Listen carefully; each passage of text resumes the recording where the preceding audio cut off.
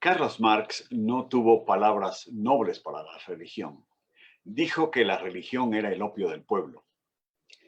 También dijo que la religión era el fruto espurio, es decir, el fruto falso en el árbol de la ciencia. En mis días juveniles, los muchachos se regodeaban gritando esas frases en la universidad sin saber de filosofía, ni de economía, ni de la diferencia entre la filosofía especulativa y la filosofía analítica en las ciencias sociales. A Marx, yo creo, no lo juzgará la historia por no ser lo científico que él creyó ser. No lo juzgarán los filósofos por sus arrebatos epistemológicos en cuanto a la teoría del conocimiento. No lo juzgarán los economistas por producir lo opuesto a lo que él pretendió. Escuche bien, yo creo que lo juzgará Dios con base a un punto específico. Dios le juzgará por no haber creído en Jesucristo, que es la base sobre la cual Dios juzga a todos los hombres, por no aceptar el amor de Dios. A la iglesia, en cambio, se nos exige transformar al hombre en santo, erradicar la pobreza, acabar con la corrupción, y luego se le recrimina que ha tenido 2000 años para hacerlo. Pero es que ser contracultura no es fácil, y eso es lo que somos. Sin embargo, gracias a Dios, en esos 2000 años, muchos hombres se han hecho santos. Muchos otros, gracias al Evangelio, la psicología de la pobreza les ha salido de la cabeza. Y muchas instituciones corruptas terminaron gracias a la fe. Me refiero a la esclavitud, a la segregación, a la subyugación de la mujer, que es un largo proceso, por supuesto. Y el avivamiento, bueno, es que el avivamiento también le ha arrebatado generaciones enteras al infierno. Pero como saben, Dios hace los milagros, pero nosotros tenemos que salir a buscar las batallas. Dios no te va a convertir en santo si te cuesta levantarte a orar e ir a la iglesia. Dios no te va a prosperar si no aprendes la lección de la hormiga, de Proverbios. Dios no acabará con la corrupción mientras la corrupción empiece en las iglesias. Y el motor de la historia no es la lucha de clases. El motor de la historia verdaderamente es el amor. Dios pelea tus batallas, pero el día y la hora los escoges tú. Dios derrota a tus enemigos, pero tú los enfrentas, no el pastor ni tu mamá. Dios te ha dado los recursos importantes, pero tú tienes la llave en donde están guardados y eres tú quien lleva esa llave y la usa. Las batallas de Dios no son la lucha de clases. ¿Sabes tú cuáles son realmente tus batallas? ¿Conoces quiénes son realmente tus enemigos? ¿Sabes tú que Dios puede derrotar a muchos con lo poco que tienes? ¿Tienes miedo porque crees que tus enemigos son más grandes y más poderosos que tú? Bueno, es que muchas situaciones así hubo en la Biblia, pero Dios es siempre fiel. Y una de esas situaciones la encontramos en Génesis capítulo 14. Hablemos un minuto del libro de Génesis. El libro de Génesis tiene dos secciones, una de eventos y biografías cortas en Génesis 1 al 11. Por ejemplo, la creación, capítulos 1 al 3, la descendencia de Caín y de Set, capítulos 4 y 5, el matrimonio que no guardó distintivos y el diluvio y la torre de Babel que resultó de ellos, en capítulos 6 al 11. Esa es la primera sección. La segunda sección es el llamado de un hombre y el pacto que Dios hizo con él. Abraham y su descendencia, capítulos 12 a 50. Y de ese hombre, y en esa sección, esa segunda sección, se nos habla en Génesis 14, versículos 1 al 24. Y el pasaje, si usted lo lee una y otra vez, probablemente llegue a la misma conclusión a la que yo he llegado. Que este pasaje de Génesis 14, versículos 1 al 24, dice que los creyentes sostenemos batallas para rescatar a nuestra generación de manos enemigas. Primera sección dice que la batalla existe entre gentes que ya están enfrentadas, versículos 1 al 6. Los enemigos de Dios ya están enfrentados, según los versículos 1 al 3. El contexto o ubicación geográfica es lo que se conoce en números 20 y números 21 como la ruta de los reyes. Es la creciente fértil, que era no solo una ruta comercial, sino también una ruta para la guerra, que empieza por allá, por el Golfo Pérsico, sube y luego desciende en la tierra de Palestina o Canaán hasta Egipto. Y el relato nos dice que 4 poderosos reyes del oriente invadieron el valle del Jordán para apaciguar un levantamiento de los 5 reyes del Jordán, de ese lugar. Ahora sigo de cerca conmigo esto porque identificar quién está contra quién no siempre es fácil. Pero una cosa es clara, todos los que están peleando van a ser derrotados. Para bien de Abraham, el hombre de Dios. Los 4 reyes del oriente eran Amrafel, Arioc, Kedorlaomer y Tidal. Los nombres y reinos caben dentro del patrón del cercano oriente y las inscripciones de cientos de tabletas arqueológicas sobre Ugarit nos iluminan acerca de todo esto. Por otro lado están los nombres de los 5 reyes locales. Son Bera, el rey de Sodoma, Birsa, de Gomorra, Sinab, Semeber y Bela. Sus reinos están en la región vecina de Abraham: Sodoma, Gomorra, Adma, Seboim, Zoar. Y esos 5 reyes son el escenario para lo que viene. Las 5 ciudades-estado están al sur del Mar Muerto y Abraham vive justamente al sur del Mar Muerto, en Hebrón. Los enemigos de Dios ya están derrotándose entre ellos, según los versículos 4 al 7. Ahora viene el motivo de la guerra. Versículo 4. Dice que estos reyes habían tributado a Kedorlaomer por 12 años y luego de eso se rebelaron. Entonces, para cobrar impuestos y recuperar sus derechos territoriales, es que se armó esta invasión en contra de los 5 reyes del Valle del Jordán. ¿Qué es esto? Es una disputa por el poder de la región. Disputa que diríamos viene de muchos años atrás y que sigue hasta la fecha.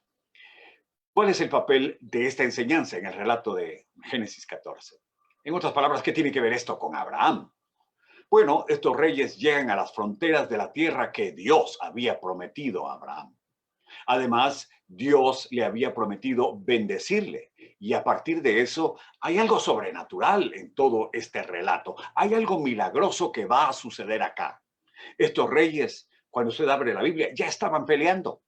Unos sometían a otros. Bueno, a veces los sometían, a veces los somataban, pero de que estaban enfrentados, estaban enfrentados. Y Dios usará esta lucha para sacar adelante a Abraham y la promesa que Dios había hecho a Abraham. Y esa es la primera parte del pasaje en los versículos 1 al 7, que hay grupos que ya están enfrentados. Ahora, veamos lo que sigue de todo esto. La segunda sección. La batalla existe para derrotar a los enemigos más próximos que tenemos. Versículos 8 al 16. Sus enemigos más próximos son los que sufren la derrota. Versículos 8 al 10. Con mucho orden, en los versículos 8 y 9 se nos presenta la alineación de ambos ejércitos, como si fueran equipos de fútbol. Fútbol, qué interesante. En el versículo 10, mire, hay una alusión al petróleo del lugar. Y ahí en esos lodazales de asfalto, los que eran vecinos del lugar cayeron porque no sabían cómo manejarse en esos lodazales de asfalto. En el enfrentamiento entre los 4 del oriente, los 5 reyes del Valle del Jordán, los 4 invasores triunfaron sobre los locales. Militarmente, quizá los locales no estaban preparados para enfrentar una invasión y fueron tomados por sorpresa. Ahora, como creyentes, pensamos, bueno, ¿y aquí a favor de quién nos ponemos en este caso? Bueno, usted y yo quizá pensemos, no tenemos vela en este entierro. Sinceramente, podríamos decir, es algo así como el Real Madrid versus el Barça. Ahora, sobre el Atlético, eso sí es otra cosa y lo tengo que aclarar en casa porque ahí está Luis Suárez y acabamos de ganar. Bueno, dejemos esas cosas ahí. Un momento. Dios, sin embargo, está a punto de intervenir en todo esto. Entonces, quizá la intervención de Dios nos dé pistas sobre esto. Quizás sea importante saber de qué lado se va a poner Dios. Y los enemigos más próximos a Abraham no son los 4 invasores, sino los 5 locales. Y esos 5 locales son los que van a salir derrotados, según el versículo 10. Y ahí está Sodoma, y ahí está Gomorra, entre ellos. Los enemigos de Dios toman como daño colateral a los hijos de Dios, versículos 11 y 12. ¿Qué fue lo que arrastró a Abraham a este conflicto internacional? Bueno, primero su responsabilidad. Dios le había dado una promesa sobre esta tierra. Además, en el capítulo 13 se nos dice que Abraham era muy rico y seguro que él sintió el compromiso de invertir en donde Dios había fijado su residencia. Pero el otro elemento que lo atrae al conflicto es su pariente Lot, su sobrino, que la fue a tener con todo y sus bienes y familia con los captores, los 4 reyes del oriente. Ahora, Abraham, bueno, tiene que rescatar a Lot. Y esto tiene muchas ramificaciones, porque Abraham pudo ver para otro lado. No otra vez Lot en problemas. Bueno, que mire Lot cómo sale. ¿Dónde vivía Lot? Lot vivía en Sodoma. Imagínense usted tener su código postal, su código postal en Sodoma. ¿Y quién le envió ahí? Bueno, él escogió irse allá.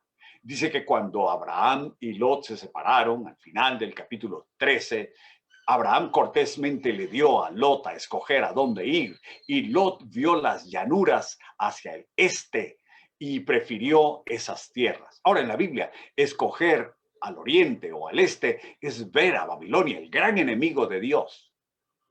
Y ahora, desde ahí, donde él puso sus ojos, vinieron sus captores. Así que Abraham pudo haber dicho, bueno, que mire Lot cómo sale. Sin embargo, los enemigos de Dios nos llaman a rescatar a nuestra generación del pecado. Versículos 13 al 16. No, la respuesta de Abraham no fue que mire Lot cómo sale. Improvisó un ejército de 318 hombres y realmente esta referencia es solo para confirmarnos que no es Abraham quien peleará. 318 hombres no es un ejército realmente. Menos si estás hablando de 4 reyes del oriente. Yo no sé si usted recuerda los 300 hombres que Dios escogió en Jueces 7 para una batalla. Era un ejército limitado a propósito y fue limitado por Dios. Y este número me suena justo a eso. Y es que Dios va a pelear por Abraham. Y ahí tenemos el resultado en los versículos 15 al 16.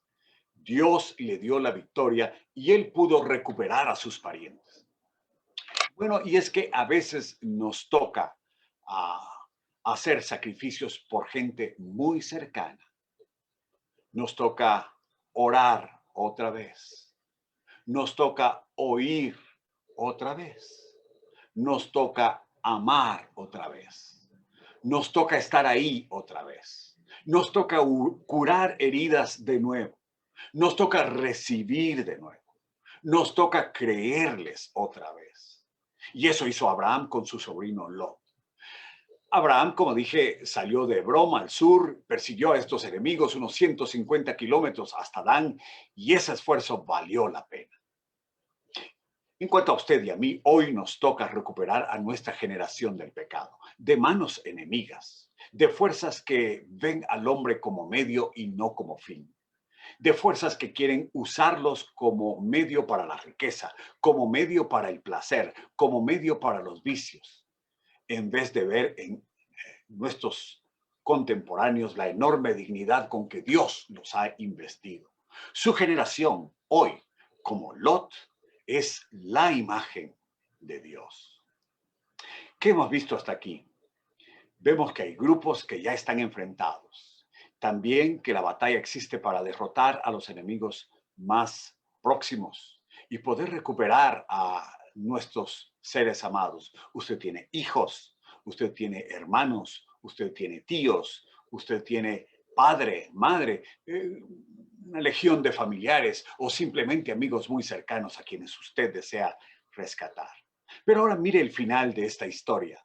La encontramos en los versículos 17 al 24. Esa es nuestra tercera parte. Dice que la batalla hace posible que los enemigos de Dios reconozcan nuestra victoria. Los enemigos de Dios no nos quieren, pero nos respetan, por lo menos eso sugieren los versículos 17 al 20. En el versículo 17, Abraham es reconocido por los agentes locales como un general victorioso. Abraham no fue un hombre militar. Abraham no fue puesto por Dios para ir a la guerra, pelear batallas, pero aquí improvisadamente tiene que hacerlo. Y sin embargo, Dios pelea por él, como hemos dicho. Y salen dos reyes a recibirlo. El primero ya lo hemos mencionado, es el rey Bera, es el rey de Sodoma. El segundo es un nuevo rey que aparentemente no tuvo arte ni parte en todo este conflicto. Su nombre es Melquisedec y la región de donde él viene es Salem. Se dice que el rey de Salem es Jerusalén realmente. Pero antes de esto no se dice nada de él. Y el capítulo 7 a los hebreos utilizará este hecho de que no se diga nada de él para decir que este personaje nos sugiere como la eternidad de Jesucristo en cierto sentido. Y por eso dice Melquisedec es un tipo de Jesucristo que es el antitipo. Pero antes de perderlos en Hebreos capítulo 7, regresemos a la parte fascinante de esta historia, y es que de todas las personas involucradas, Melquisedec es a la única persona a la que Abraham reconoce espiritualmente.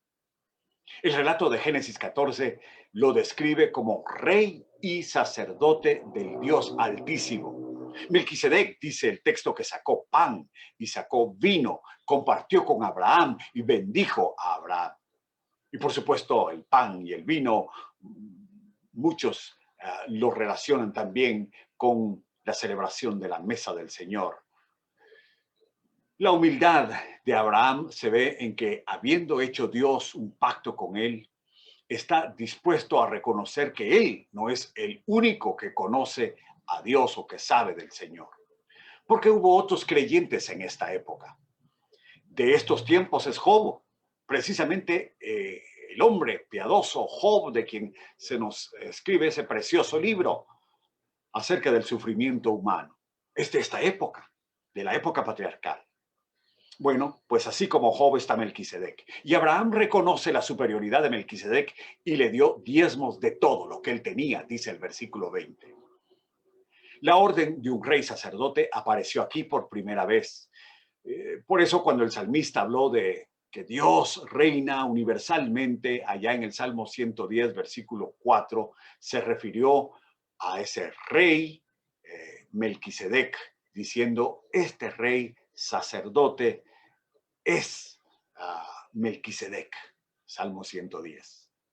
Y el libro a los Hebreos, como ya dije, lo cita también como tipo de Cristo, en quien se cumplió lo anticipado sobre ser rey y ser sacerdote en el Antiguo Testamento.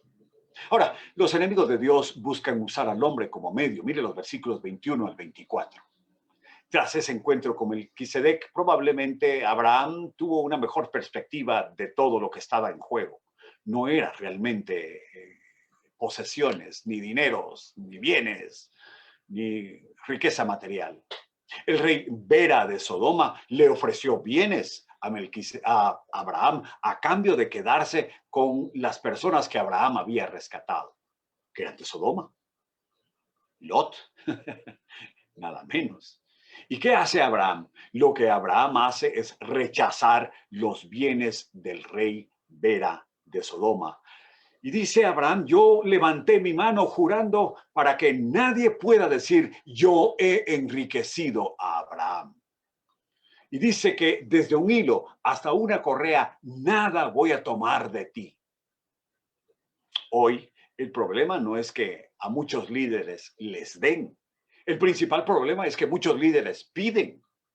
Y dice que Abraham lo único que aceptó fue la comida que habían recibido sus hombres, en versículo 24. Y así se cierra esta historia.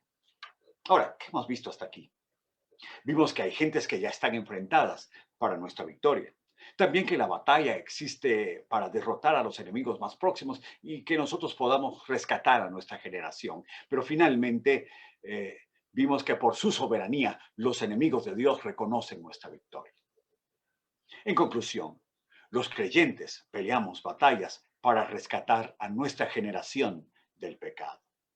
Esta historia debió ser de mucho consuelo en tiempos de la conquista de Josué y de la oposición en tiempos de los jueces. Esta batalla que acabamos de ver no es obvio. Nosotros no somos opio porque somos contracultura. Tenemos una batalla que consiste en velar y orar, y las armas de nuestra milicia no son carnales. Los creyentes debemos usar nuestros recursos para pelear esas batallas de Dios. Eso es lo que hizo Abraham con sus recursos. ¿Está usted invirtiendo en el reino de Dios o anda buscando al rey de Sodoma para hacer negocios con él? Hoy decimos a los enemigos de Dios, el opio son ustedes, que creen que el mal se reduce a una clase social y no al corazón humano. El opio son ustedes que creen que es suficiente conseguir los pasos de la revolución cultural para cambiar al ser humano. El opio son ustedes que creen que su tribu ideológica es superior al ser humano. El opio son ustedes que creen que se puede destruir personas porque son un dato, un número, una pieza en su ajedrez impersonal. El opio son ustedes que ahora se han puesto del lado de los abortistas, de los liberticidas, para mantener la lucha de clases a cualquier costo. Los creyentes no optamos por esas superficialidades. Pero no quiero terminar con esta nota, porque el mensaje no termina con una nota negativa. El mensaje de Dios termina con una nota muy positiva. Y es cuando se nos dice, porque de tal manera amó Dios al mundo, que ha dado a su Hijo unigénito para que todo aquel que en él cree no se pierda, mas tenga vida eterna.